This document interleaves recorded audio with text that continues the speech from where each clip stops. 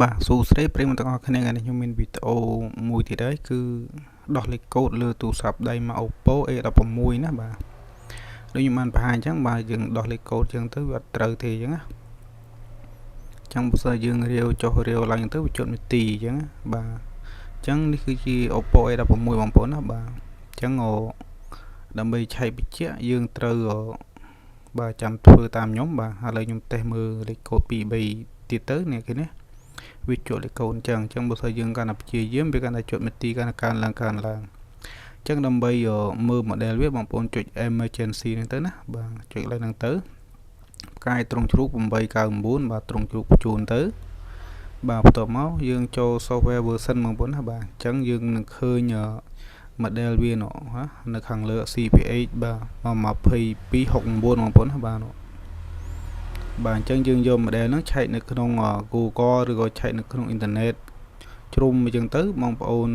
ឃើញ model ហ្នឹងគឺគេប្រាប់ថា model អីអញ្ចឹងណា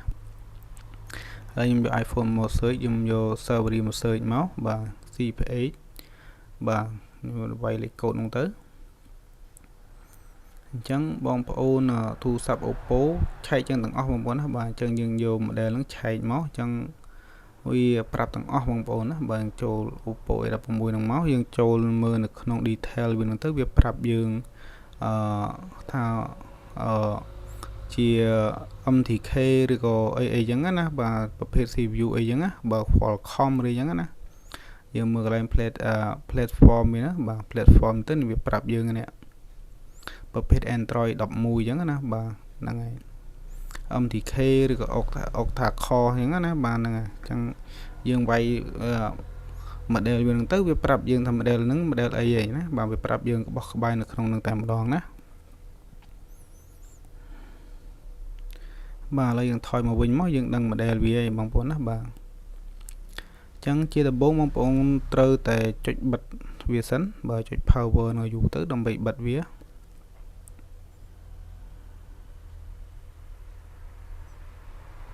បាទចុចបិទវាទៅយើងអស់មកក្រោមបងប្អូនណាបើអស់រងឡើងលើយើង restart បើអស់មកក្រោមយើងបិទម៉ាស៊ីនពលត់អញ្ចឹងណាតើមកបងប្អូនប្រើប៊ូតុងនេះណាសំឡេងខាងក្រោមបាទហើយនឹងជាមួយនឹង power យើងនឹងចុចឲ្យជាប់គ្នាទៅបាទយើងចុចព្រមគ្នាបងប្អូនណាបាទចុចសំឡេងដកខាងក្រោមហើយនឹង power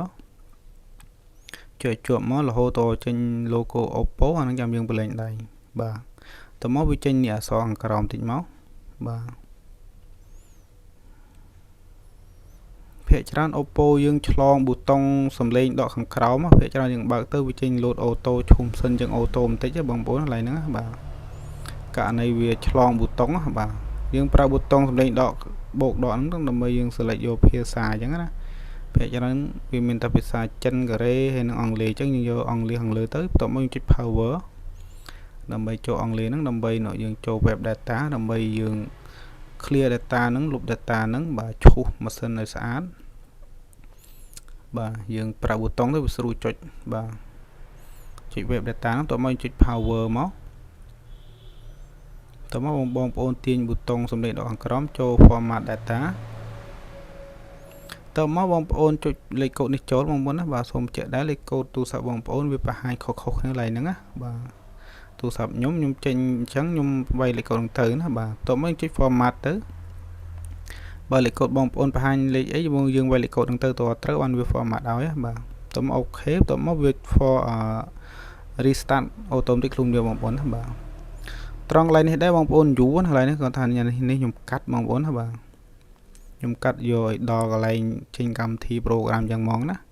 វាយូរបើសិនបងទូរស័ព្ទបងប្អូនយូរបងប្អូនកុំឆ្ងល់កន្លែងហ្នឹងដោយសារនេះខ្ញុំកាត់ទេអានេះបងប្អូនជ្រើសភាសាអង់គ្លេសទៅបងប្អូនពេញចិត្តភាសាខ្មែរឬភាសាអីបងប្អូនរើសតាមហ្នឹងទៅណាតែឥឡូវខ្ញុំនៅចិត្តដៃអង់គ្លេសតែអង់គ្លេសតែម្ដងទៅបាទ United States ហ្នឹងទៅកន្លែងនេះយើងគ្រីសទាំងអស់ទៅបងប្អូនណាបាទបើសិនយើងប្រើប៊ូតុងនេះគ្រីសតែមួយគឺវាគ្រីសទាំងអស់អញ្ចឹងណាបាទជាខ្ញុំប្រើក្រោមគ្រីសមួយគ្រីសទាំងអស់តមុននេះទៅមុខទៀតត្រង់នេះបងប្អូនបើសិនវាចេញពាក្យ skip ចេះបងយើង skip ទៅបងប្អូនណាបាទបើវាអត់ចេញ skip ទេបងប្អូន connect wifi ទៅតែត្រង់នេះវាចេញ skip ខ្ញុំចុច skip ទៅគឺវាទៅមុខដែរបងប្អូនណា បើមិនសិនជាចុច skip ទៅវាអត់នៅអត់ទៅទេយើងចុច Wi-Fi យើងចុច connect Wi-Fi អានេះបងប្អូននិចទៅមុខរហូតហ្នឹងទៅបើកន្លែងនេះកន្លែងយើងដាក់លេខកូដយើងមិនដាក់លេខកូដទេខ្ញុំចុច letter ទេចាំដាក់ពេលក្រោយអញ្ចឹងណាបាទខ្ញុំចុច letter ទៅបាទចុចនិចទៅមុខទៀតទៅនិចរហូតបងប្អូនណាបាទហ្នឹងហើយអញ្ចឹងមានដល់ត្រង់នេះគឺយើងបានជោគជ័យបងប្អូនណាបាទ welcome ហើយបាទអញ្ចឹងយើងបានជោគជ័យបងប្អូនណាបាទហ្នឹងហើយអញ្ចឹង model នេះគឺ Oppo A16 បងប្អូនណាបាទអញ្ចឹងយើងចូលឆែក setting ឆែកអីចឹងទៅគឺយើងឃើញកាន់តែច្បាស់ដូចយើងឆែកនៅក្នុងពេលដំបូងនៅក្នុង iPhone ហ្នឹងបងប្អូនណាបាទអញ្ចឹងអរគុណបងប្អូនជាចុងក្រោយបងប្អូនបើគិតថាវីដេអូនេះល្អសំខាន់នៅពេលណាមួយដែលបងប្អូនជួបផ្ទះលើទូរស័ព្ទដៃបងប្អូនជួយ like subscribe channel របស់ខ្ញុំមួយផង follow page មួយផងដើម្បីទទួលបានព័ត៌មាននៅពេលក្រោយទៀតបងប្អូនណាបាទអញ្ចឹងសូមអរគុណសូមជម្រាបលាបាទ